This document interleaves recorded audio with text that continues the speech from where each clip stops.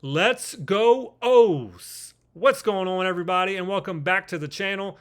This is Orioles Today, where I'm dropping brand new content daily on all things the Baltimore Orioles. As always, I am Sean Ferguson. Thank you guys so much for tuning into this latest episode. It's a great way to start off the week, but it truly does mean a lot. Thank you guys so much for all of the love and support this channel has seen so far, getting it off the ground, up and running as quickly as it has. It means so much. Thank you guys. I'm doing my absolute best with it, and you guys have been so helpful along the way. It's a lot of fun to talk about baseball. It's a lot of fun to talk about your favorite team, and I am a diehard Orioles fan, so it is a lot of fun to be able to do that. And thank you guys so much for it. If you do like this channel and this content, please subscribe. Get yourself daily notifications, as I am uploading videos again daily on all things the Orioles. And it's off-season time here in the big leagues, one of the best times of year, and things are happening, I would say daily. They are, but it feels like hourly.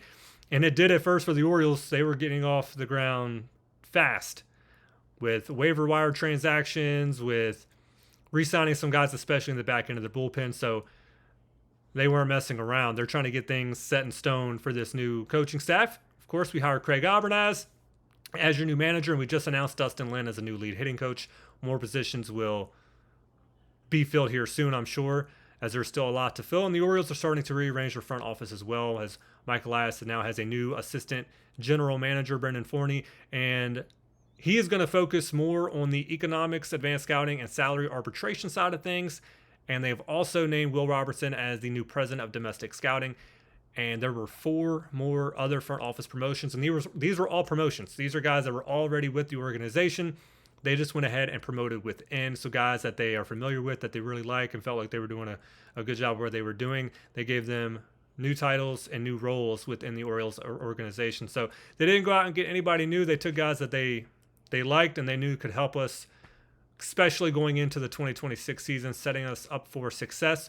So they went ahead and made those moves. So again, Mike Elias getting himself a new general manager, and there's a few other positions guys got with new titles that they're going to be named here shortly.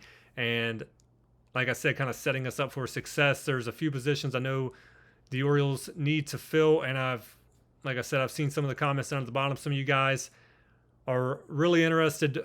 One guy in particular in that outfield, especially in the center field, and that's Harrison Bader. And would Harrison Bader be a good fit in center field for the Orioles? I know a lot of you guys said yes, and a good reason is, I mean, he's going to be cheap. Right now, everyone's talking about possibly around a 2-year, $25 million deal that he's going to sign with someone in the offseason. Why couldn't the Orioles do that? We absolutely could. I think Harrison Bader would be a good fit out there. I know I touched on Cedric Mullins, possibly. Now, these are guys I just think the Orioles, they could do, just because of the trend of bringing former Orioles back. But if you had to give me 2, I definitely would go Harrison Bader. He's 31. He's coming off a good season with Philadelphia last year. He batted .277. He has 17 home runs to go with 54 RBIs. And as I said, he's 31. He's young. And I think he'd be a good fit in center field. He's got a good bat. He's got good defense. And he's been around the league, so I don't think he would oppose to signing in Baltimore. So why not? You don't have to give up any you shouldn't have to give up any trade capital for him at all, as he did decline the team options with Philadelphia, so no qualifying offer or anything like that. So he's going to be available in that market. And I know many teams are going to want to go after him, especially since he's talented, he's younger, and that contract's going to be better than a lot of other guys out there. Why not? I mean, I think he'd be a great fit for the Orioles. Tell me what you guys think down at the bottom. Like I said, I know a lot of you have already said of other guys that I've mentioned, Harrison Bader's come up a lot. Rather have Bader. And I'm with you guys. I agree. I think Harrison Bader would be a good fit financially, and he would just kind of fit in with the image that the Orioles have right now, especially with that younger talent. He'd be a good guy in there. Definitely in the outfield. Outfield has had a lot of issues. Dylan Carlson's gone, and you don't know what you're going to get with O'Neill. I'm hopeful for O'Neill that he can live up to at least the last couple of years of that contract. We will see with him. Injury-wise has been his biggest issue. We'll see. So getting a guy like Harrison Bader in there, that will definitely fill a need in the outfield. And another guy I know that will fill a need, as I've talked about, is in that rotation. Rotation's a big thing I've been focusing on. Been trying to mention a few more bats that the Orioles could add, but pitching is one. This isn't a guy you can go get in free agency right now. You would have to trade for him, and the Orioles are notorious for trades the last couple of years, and that is Tarik Skubal. It's another guy that you guys have mentioned a lot that you'd rather have over other guys, like I mentioned yesterday's video with Dylan Cease. So, or a few videos ago with Dylan Cease. So, yeah, much you guys rather have Tarik Skubal there. And what would you have to give up to get Tarik Skubal? You would have to give up the farm. And I mean our farm system. Most of the talented guys in our farm system would have to go to get a guy like Skubal. And would it be worth it? And I know a lot of you are probably going to bash me for saying, like, of course he's worth it. He's one of the best pitchers in the league. He just went 13-6, had a 2.21 ERA, and he's one of the best pitchers in the league. Why not go get him? The only thing that scares me about getting him is, yes, you would have to give up a lot to go get him, but you have to remember that he will be a free agent after next year. He's just about out of team control, so it gives me Corbin Burns vibes of, yeah, you can go up, you could trade everything to go get this guy, but you're going to have to give up an absolute ton to get him, and it could just be a one-year deal just like it was with Burns, which hurt. We would have loved to have Burnsy back for a couple of more years, signed into a bigger deal. The Orioles reportedly did offer him a lot of money, just wasn't enough. He goes elsewhere. Some are saying that it was more. Ultimately, he didn't sign with Baltimore, so you got him on a one-year deal type of giving up your farm system for him for just that year. Will the Orioles do that again? Will they go after another big, this of course is a bigger name, go up get a bigger name for the farm just for 1 year? Or could they make miracles happen and give up a lot to get him and actually sign him to a big year deal to keep him there long term? I'd be fine with that. Of course, I would love Tarik Skubal on this team. He would change any rotation in a heartbeat once he enters it. So I would love to have Skubal there. I'm not saying I wouldn't. It's just, let me know what you guys think of, would it be worth it for a year?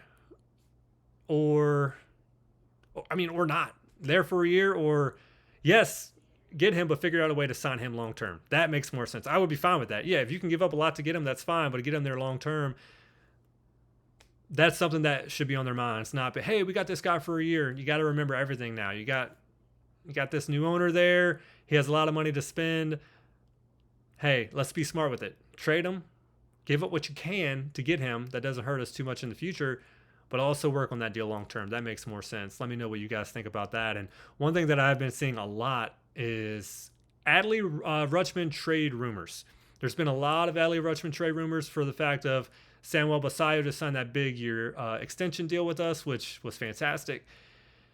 Rutschman had a really down year last year for us. I believe he batted, 220 with 9 home runs. So not what you want out of your franchise. You know, that's what you consider him, your all-star catcher. It's not what you look for. And a lot of you can look at his career too, saying he really hasn't lived up to the hype. And it's fair to somewhat. I mean, right now he's sitting as a 254 hitter. He's got 61 long balls. I mean, I love Rutschman. He's a good clubhouse guy as well. Injuries hurt him last year, and it was just a down year. It was a down year for a lot of the Orioles. So you can't just look at Rutschman and go, it was bad on him. No, the vibes are just off last year. Henderson started the year hurt. A lot of guys got hurt very early. It was just an off year. And with Hyde being let go, whenever a manager's let go midseason, it just ruins the vibe. So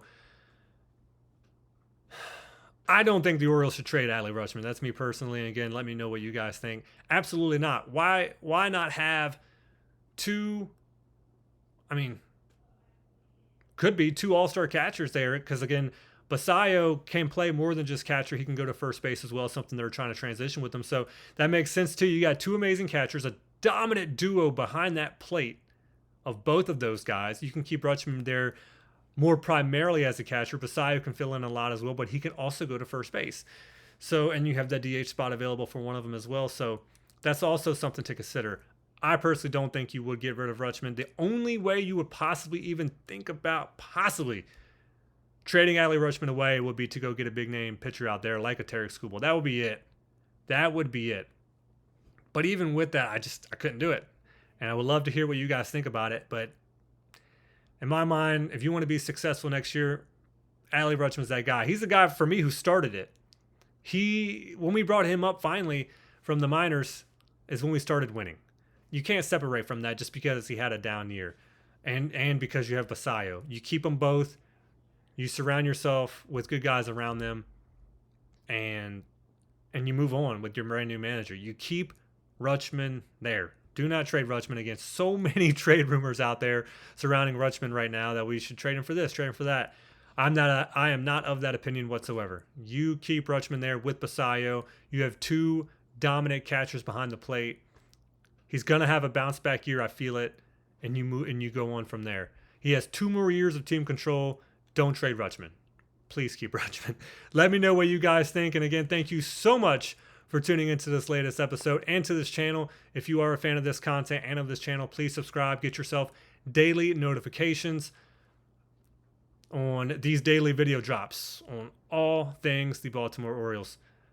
Guys, this is Orioles Today. I am Sean Ferguson.